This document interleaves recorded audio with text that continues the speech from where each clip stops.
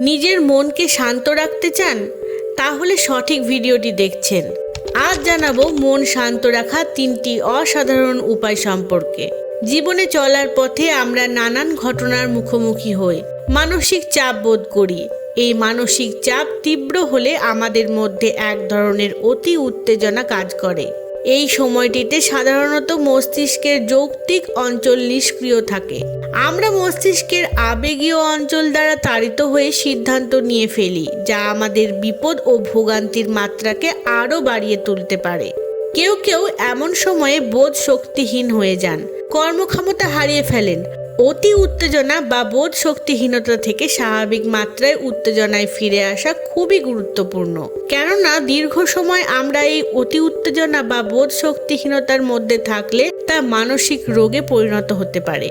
যে কোনো পরিস্থিতিতে অশান্ত মনকে শান্ত করে জীবন ও কাজের স্বাভাবিক গতিতে ফেরার একটি অন্যতম উপায় হলো আত্মমমতার চর্চা, অর্থাৎ কঠিন সময়ে বন্ধু হয়ে নিজের পাশে থাকা, নিজেকে মমতায় ভরিয়ে তোলা।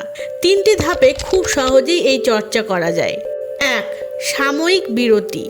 কিছু ঘটার সঙ্গে সঙ্গেই সাময়িক উত্তেজনায় কোনো কিছু করা থেকে বিরত থাকব।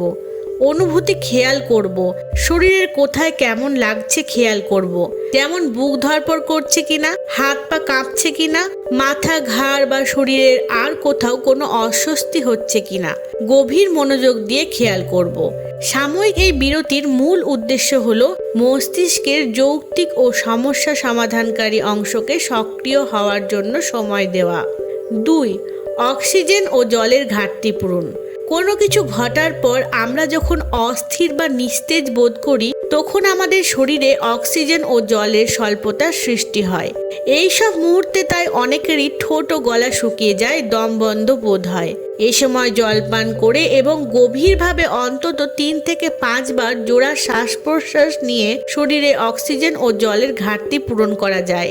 নাক দিয়ে ধীরে ধীরে নিঃশ্বাস নিতে হবে এবং ছাড়ার সময় মুখ দিয়ে ধীরে ধীরে ছাড়তে হবে। গভীর শ্বাস প্রশ্বাস নিতে অসুবিধা হলে শুধু শ্বাস প্রশ্বাসে মনোযোগ দেওয়া যেতে পারে। এটিকে বলা হয় মাইন্ডফুল ব্রিদিং, অর্থাৎ স্বাভাবিকভাবে শ্বাস প্রশ্বাসের সময় নাকের ডগায় কেমন অনুভূতি হচ্ছে সূক্ষ্মভাবে তা খেয়াল করা। 3 থেকে 5 বার বা প্রয়োজনে আরও বেশি সময় ধরে শুধুই শ্বাস প্রশ্বাস খেয়াল করতে হবে। এভাবে শরীরে জল ও অক্সিজেন সরবরাহ করলে কিছুক্ষণের মধ্যেই শরীর ও মন দুটোই শান্ত হয়ে যাবে। 3. মমতা মাখানো কিছু কথা।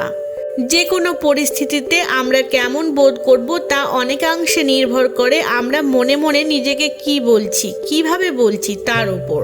কঠিন পরিস্থিতিতে নিজেকে সামলে নিয়ে সমস্যা সমাধানের জন্য প্রস্তুত করতে নিজের প্রতি আমাদের সদয় হওয়া প্রয়োজন।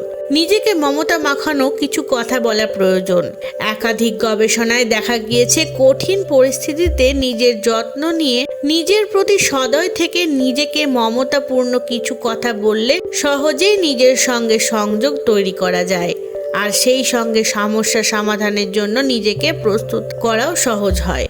অর্থাৎ যে কোনো কঠিন পরিস্থিতিতে সব সময় মনে রাখবেন, মনকে শান্ত রাখার সবচেয়ে সহজ ও কার্যকর উপায় হলো বেশ কয়েকবার দীর্ঘশ্বাস নেওয়া, সাথে কিছুটা জল পান করে নেওয়া, গভীর শ্বাস প্রশ্বাসের মাধ্যমে অক্সিজেন নেওয়া।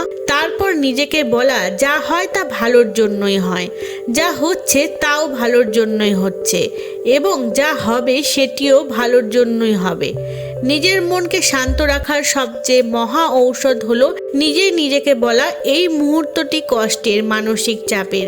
এই কঠিন সময়ে আমি যেন নিজের সঙ্গেই থাকতে পারি। দুঃখ কষ্ট আমাদের জীবনেরই অংশ।